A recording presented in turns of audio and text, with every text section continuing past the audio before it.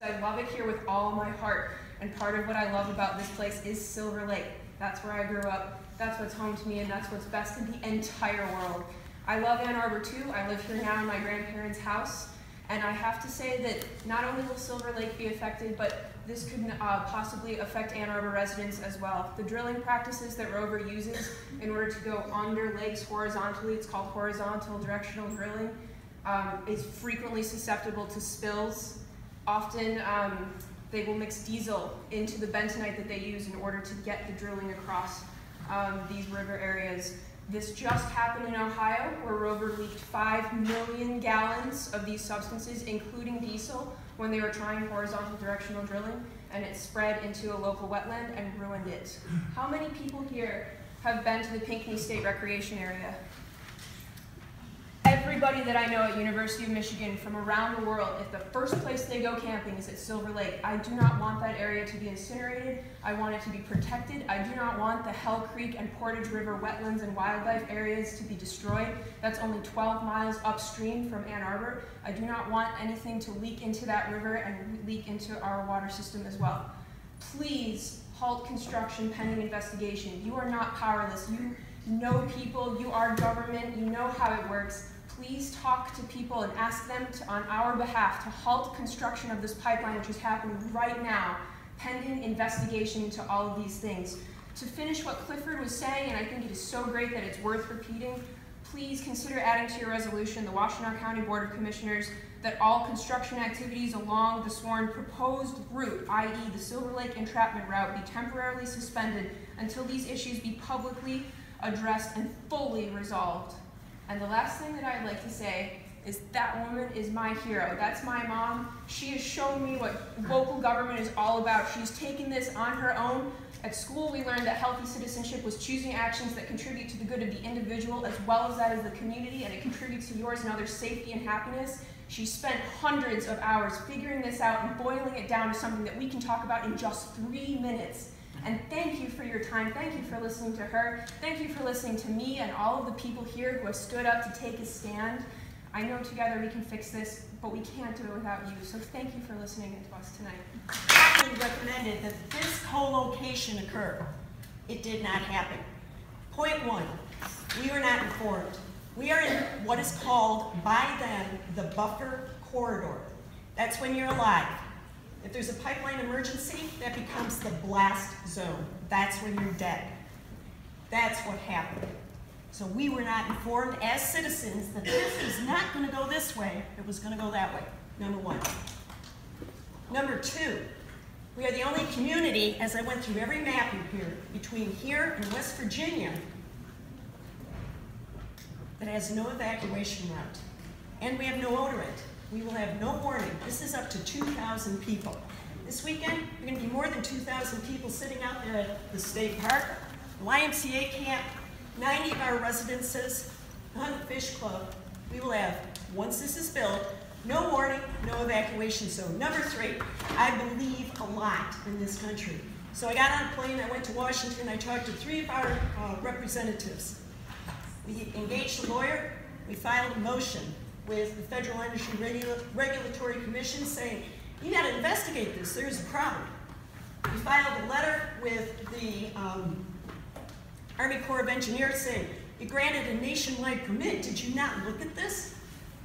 We've had no response.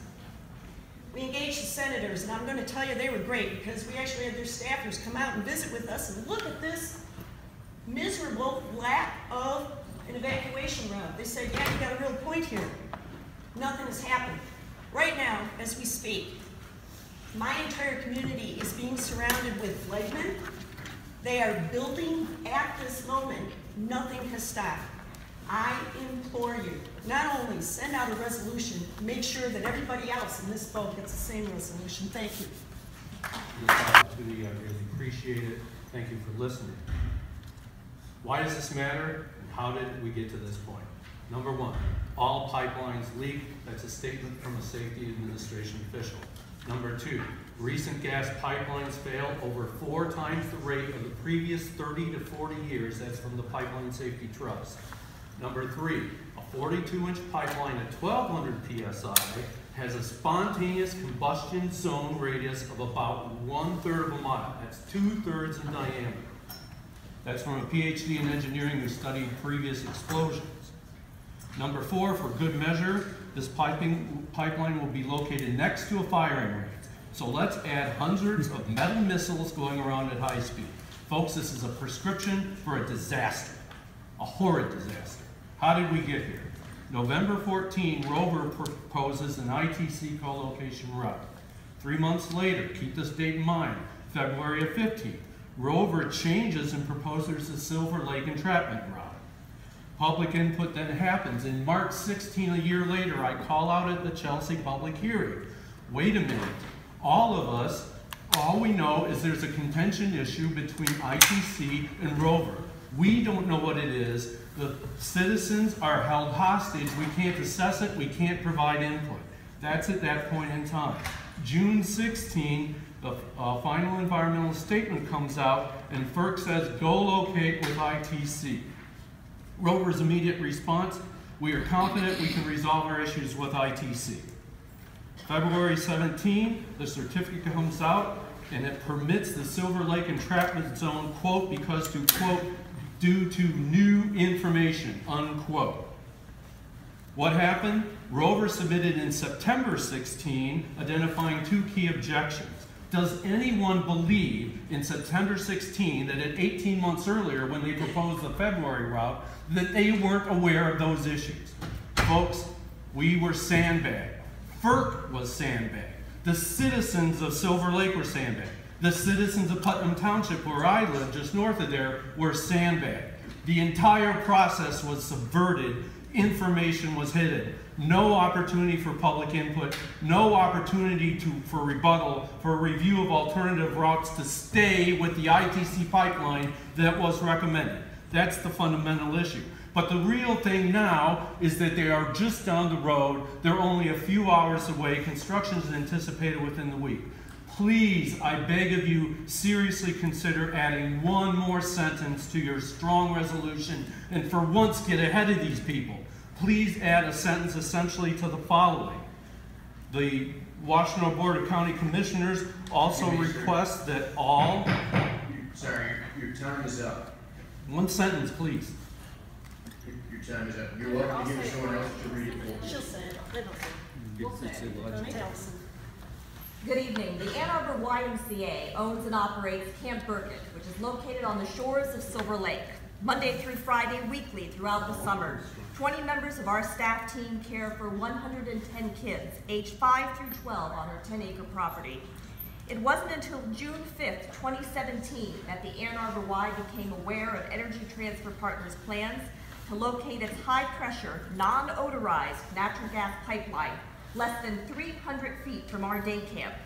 We were informed of the Rover pipeline's route change by a concerned member of the Silver Lake Association because the proximity of the new route places our staff and children within the pipeline's quarter-mile, 3,200-foot buffer corridor with no land escape should a pipeline disaster occur.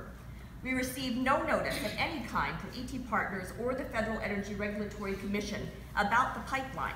Hence, the Ann Arbor Y was denied our fundamental notice required by federal law of the pendency of a request for a gas mega pipeline permit. FERC specifically stated in its final environmental impact statement on July 29, 2016, that the Rover pipeline should adopt a 3-mile-long market segment alternative section 2 to co-locate the proposed pipeline within the ITC power line corridor. This recommended route would not have entrapped Camp Burkett in the bird radius should a pipeline explosion occur. However, the current lake-hugging pipeline route will cross over all 3 of our only Silver Lake access roads, available for both evacuation and emergency response. Camp Burkett qualifies as a Class 3 high-consequence area location, which is defined as an area where the pipeline lies within 100 yards of either a building or a small, well-defined outside area that is occupied by 20 or more persons on at least 5 days a week for 10 weeks in any 12-month period. Our camp has multiple buildings and small, well-defined outside areas such as a lodge, a director's cabin, nature center, bathhouse, playground, basketball court, gaga pit, playing field, archery and picnic areas, as well as a dock and a beach. The Y is imploring FERC and ET Partners to put our children's safety first Our core values of caring, honesty, respect, and responsibility are the motivation for all that we do at the Y. The Rover pipeline should not be located less than 300 feet from Camp Burkett. Even if there is only a minimal risk that a potential pipeline disaster could harm the children in our care, we need to do everything we can to prevent it. That is why we are protesting the pipeline's new route. In solidarity with our neighbors in the Silver Lake community, the YMCA is requesting an immediate suspension of pipeline construction around Silver Lake and a return to the original FERC-sanctioned plan to have the Rover pipeline located within the ITC Powerline corridor, or another suggested route would be further away from our children and allow them an escape route should an emergency occur. Thank you.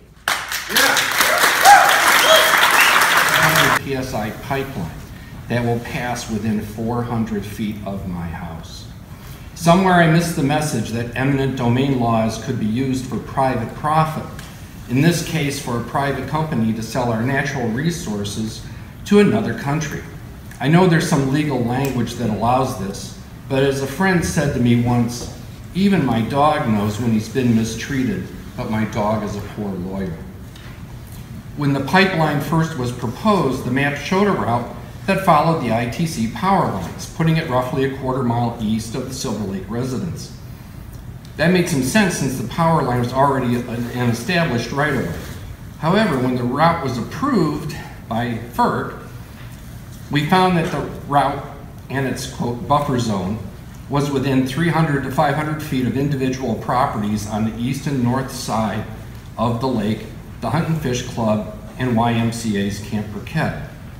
The buffer zone is another legal term for what's wiped out if a pipe explodes.